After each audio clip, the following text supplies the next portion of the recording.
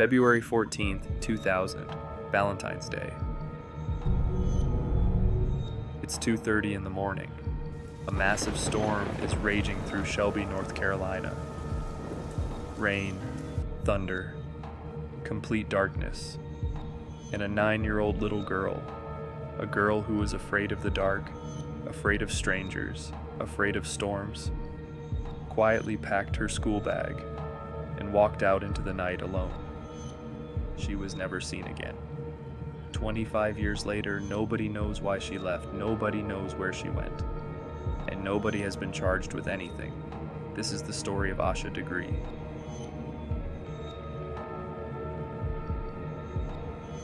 Asha Degree was a straight-A student at Falston Elementary School. Her teachers described her as quiet, responsible, and mature for her age. She loved basketball, reading, and her family. But here's what's important to understand about Asha from a psychological standpoint. She was deeply risk-averse. She didn't like meeting new people. She was afraid of dogs. She was afraid of the dark. She never went anywhere alone. So, when investigators started piecing together what happened that night, they were faced with an impossible question. How does a child like this end up walking alone on a highway at 2 in the morning in a storm?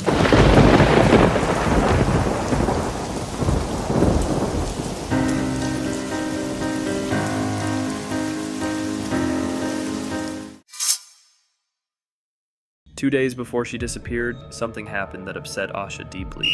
During a basketball game, she fouled out, meaning she had to sit on the bench and watch her teammates play without her. For a competitive kid who took pride in her performance, this was humiliating. Her mother later said Asha seemed unusually quiet that weekend. Not crying, not complaining, just withdrawn. Then, on the night of February 13th, the power went out across their neighborhood due to a car accident nearby. The house went completely dark. Asha went to bed at her normal time. Her brother was in the same room. Everything seemed normal. But sometime between midnight and 2:30 a.m., she got up, put on 2 pairs of pants, packed her school bag with some belongings, and slipped out into the storm. Multiple drivers reported seeing a small girl walking alone on Highway 18 in the early hours of February 14th. She was walking with purpose, not lost, not confused. She seemed to know exactly where she was going. One driver was so concerned that he turned his car around to check on her. And that's when something strange happened. Asha ran. She sprinted off the road and disappeared into the tree line. Think about that for a moment. A child who is supposedly running away or going somewhere sees an adult who could help her, and she hides. Why? Was she afraid of being caught and sent home? Was she meeting someone and didn't want to be stopped? Or was someone already with her, just out of sight? For over a year, there was nothing. No body, no leads, no Asha. Then in 2001, a construction crew made a disturbing discovery. About 30 miles from where Asha was last seen, buried underground, wrapped in plastic, was her backpack.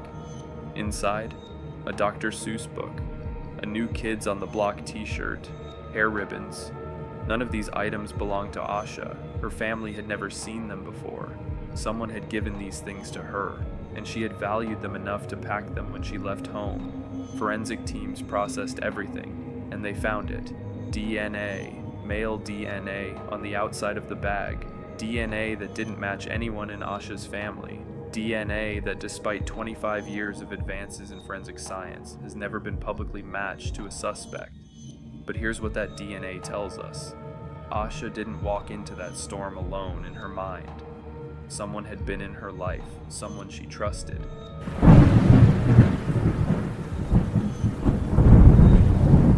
For 24 years, this case seemed frozen. And then, in September 2024, everything changed. The FBI, the NC State Bureau of Investigation, and the Cleveland County Sheriff's Office jointly executed search warrants on 2 homes in Shelby, the same town where Asha disappeared.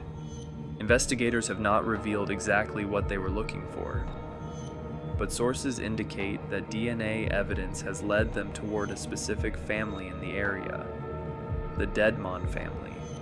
A hair found among Asha's belongings reportedly matches a member of this family. No arrests have been made, no charges have been filed, but for the first time in 2 decades, investigators say they believe they know what happened to Asha, and that she did not leave on her own free will. Her family has waited 25 years for answers. They are still waiting. Let's step back and look at this case through the lens of forensic psychology, because that's where the real answers might be hiding. First, the planning. Asha packed a bag. She put on 2 pairs of pants. This wasn't an impulsive decision. A 9-year-old doesn't do that unless they've been thinking about it, possibly for days, possibly longer. Second, the destination. She was walking on a specific highway in a specific direction. Children don't wander, they go somewhere. The question is, where was she going and who told her to go there? Third, the gifts. The book, the t-shirt, items she cared about enough to pack. In child exploitation cases, giving gifts is the #1 grooming technique. It builds trust. It creates a secret bond between the child and the abuser. Fourth, hiding from help. When the driver turned around, she ran. This is classic behavior in groomed children. They've been taught that adults who try to help them are actually threats to their special relationship. Putting this together, forensic psychologists who have reviewed this case believe Asha was the victim of a sophisticated long-term grooming operation by someone she knew, someone nearby, and someone her family may have trusted. Asha Degree would be 34 years old today. Her parents, Harold and Aquila Degree, have never stopped searching.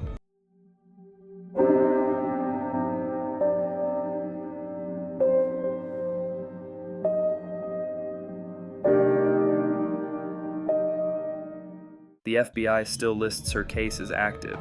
What makes this case haunt me isn't just the mystery, it's the psychology. Someone took a child's natural trust and weaponized it. They turned her own courage against her. If you know anything about Asha's disappearance, the FBI tip line is still open. 1-800-CALL-FBI. If this video made you think differently about child safety and how predators operate, share it. Because awareness is protection.